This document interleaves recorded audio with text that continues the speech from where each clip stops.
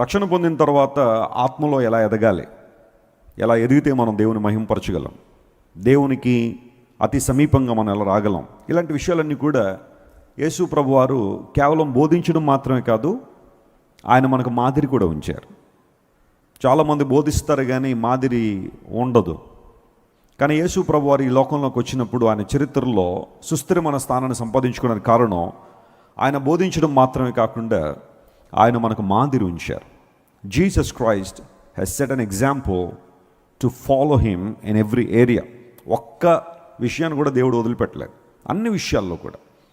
మనం శుక్రవారం ప్రార్థనలో ఉన్నాం కాబట్టి ప్రార్థనలో కూడా, ప్రార్థనా విషయాల్లో కూడా క్రీస్తు ప్రభువారు మనకు మాదిరి ఉంచారు. అయితే ఇక్కడ రాయబడిన మాటను మనం జాగ్రత్తగా గమనిస్తే ఆయన ఒక చోట ప్రార్థన చేయుచుండెను అనే మాట, అంటే ప్రార్థన చేయడంలోనే క్రీస్తు ప్రభువారు మనందరికీ మాదిరి ఉంచారు.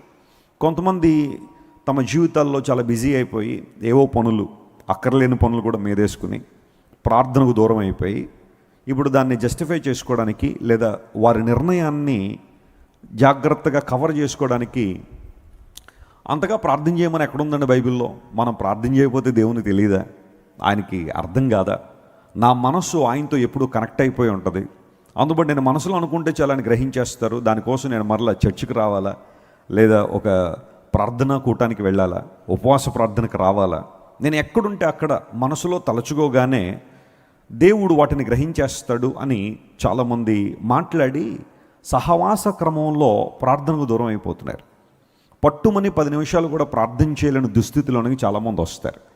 10 సంవత్సరాల వద్ద వారు రక్షణ పొంది నాన్ స్టాప్గా 10 నిమిషాలు ప్రార్థన చేయమంటే ప్రార్థన చేయలేరు. ఎందుకోసం అంటే they are not growing in this area. ఈ విషయంలో వారు ఎదగలేకపోతున్నారు. అలాంటి వారందరికీ యేసుప్రభు మాదిరి ఉంచారు. ఆయన ఒక చోట ప్రార్థన చేయుచుండెను.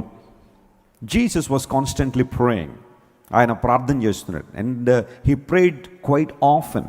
అనేక సందర్భాల్లో ఆయన ప్రార్థన చేశారు. శిష్యులను ఎన్నుకునే పరిస్థితుల్లో యేసుప్రభు వారు ప్రార్థన చేసిన తర్వాత ఆ కార్యక్రమం చేశారని లేఖనాల్లో మనం చూస్తాం. సిలువకు వెళ్లే ముందు యేసుప్రభు గెత్సెమనే తోటలో ఆయన ప్రార్థన చేశారు. ఇలా ప్రతి సందర్భంలో కూడా ప్రార్థన అనుభవాన్ని యేసుప్రభు మనకు నేర్పిస్తూనే ఉన్నారు. ఆయన ప్రార్థన చాలించిన తరువాత, అంటే ఆయన ప్రార్థన చేసుకునేదాకా ఈ శిష్యులు వెయిట్ చేశారు. ప్రార్థన చాలించిన తర్వాత, ఆయన ప్రార్థన అంతా ముగించి వచ్చిన తర్వాత ఆ శిష్యులలో ఒకడు అడుగుతున్నాడు ఏమనంటే, ప్రభువా, బాప్తిస్మిష్ యోహాను గారు ఉన్నారు కదా, ఆయన వెనకాల తిరిగే శిష్యులకు ప్రార్థన చేయడం నేర్పించాడు.